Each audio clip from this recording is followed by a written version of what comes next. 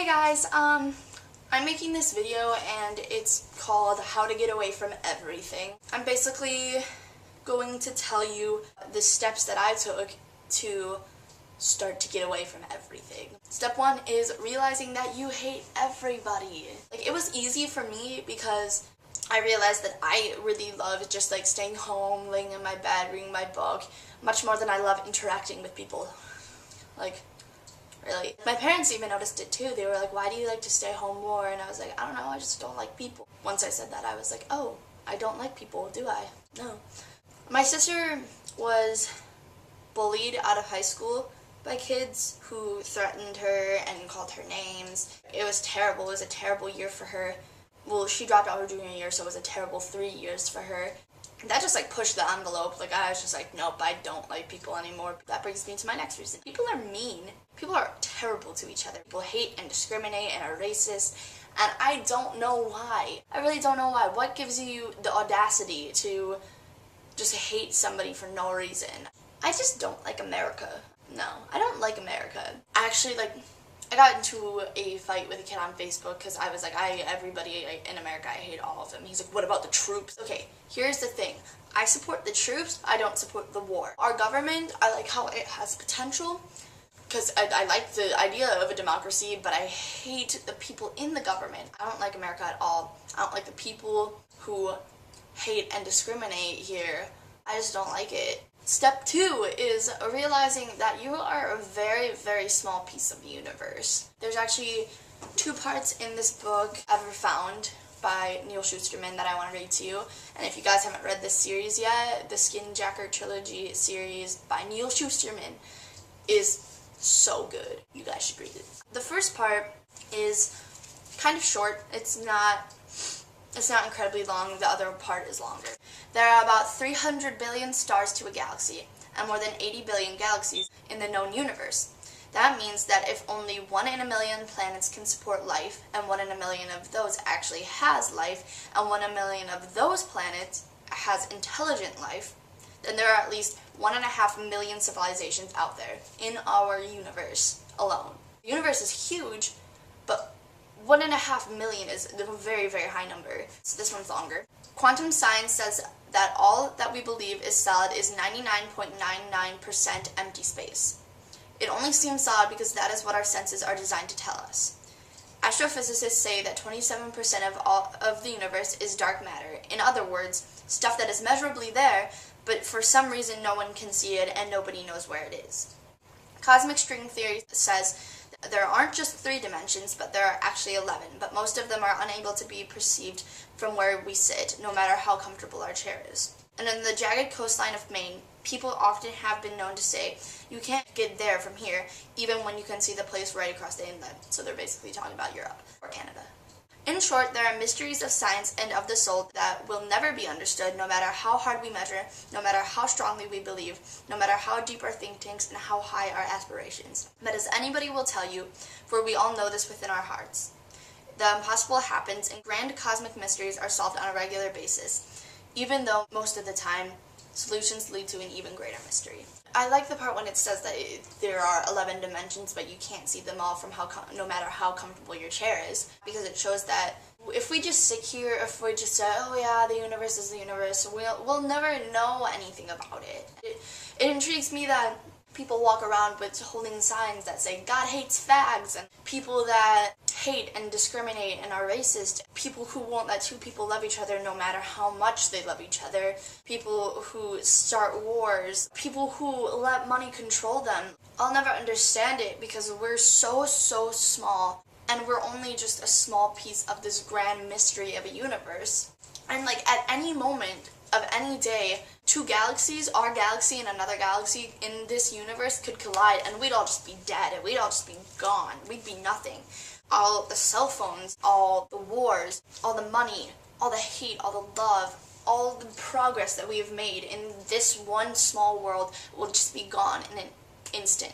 I just feel like we're so very small and insignificant, and we're just little pieces of a puzzle much too big for the mind to comprehend. I don't want to spend a minute hating and regretting the life that I lived, and I guess that this is where the true meaning of YOLO comes into play. I actually got into a small altercation with a girl on Facebook over this. Michelle, you're right. It's just when people use it as an excuse to drink and do drugs, that's when I get mad. You can use YOLO to say to go skydiving, ride camels through the Sahara, zip line through the Amazon, backpack across Europe, feed elephants, like anything adventurous like that. The world may be insignificant, but it sure is beautiful, and I wouldn't want to waste that. Step 3 is start saving your money as soon as possible.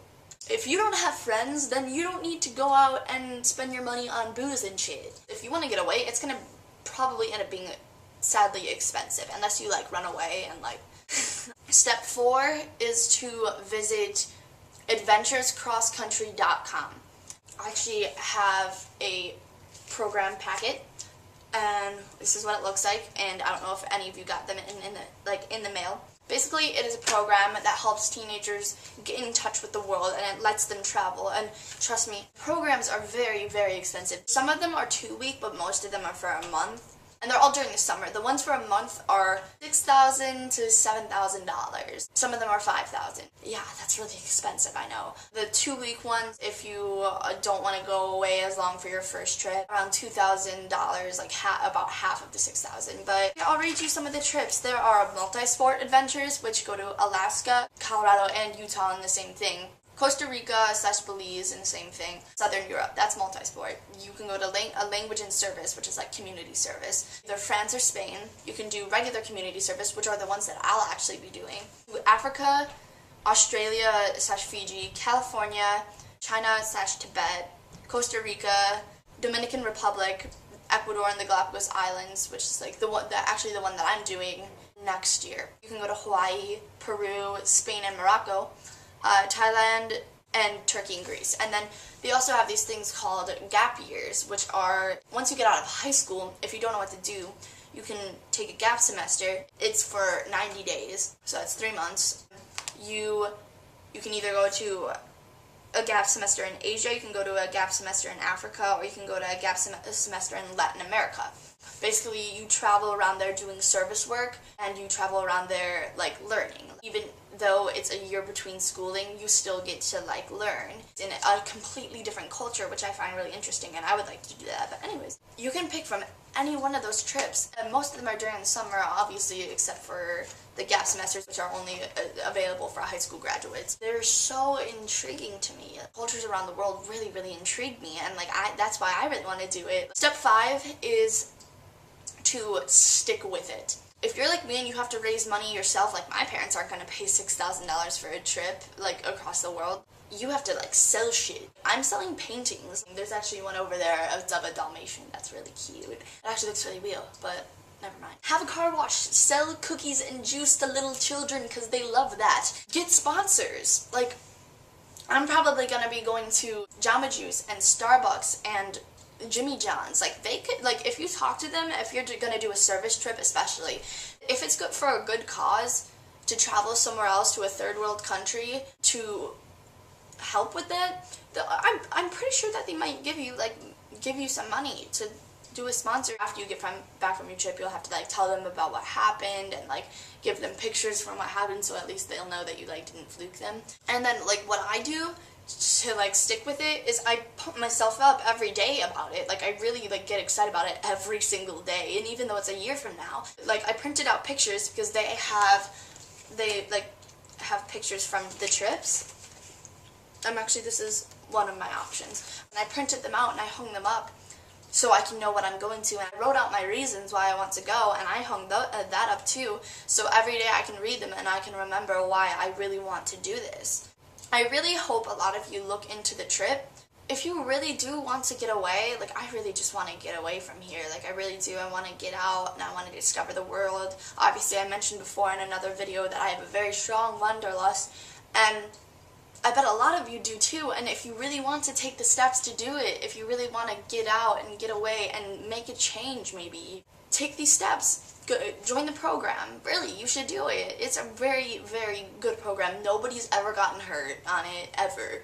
It's a good idea. And maybe some of you can join me on my trip to Ecuador next summer. Good luck to all of you if you look into it. I really am really rooting for you that you get to do it. Just make sure you talk to your parents and not just like up and like ditch.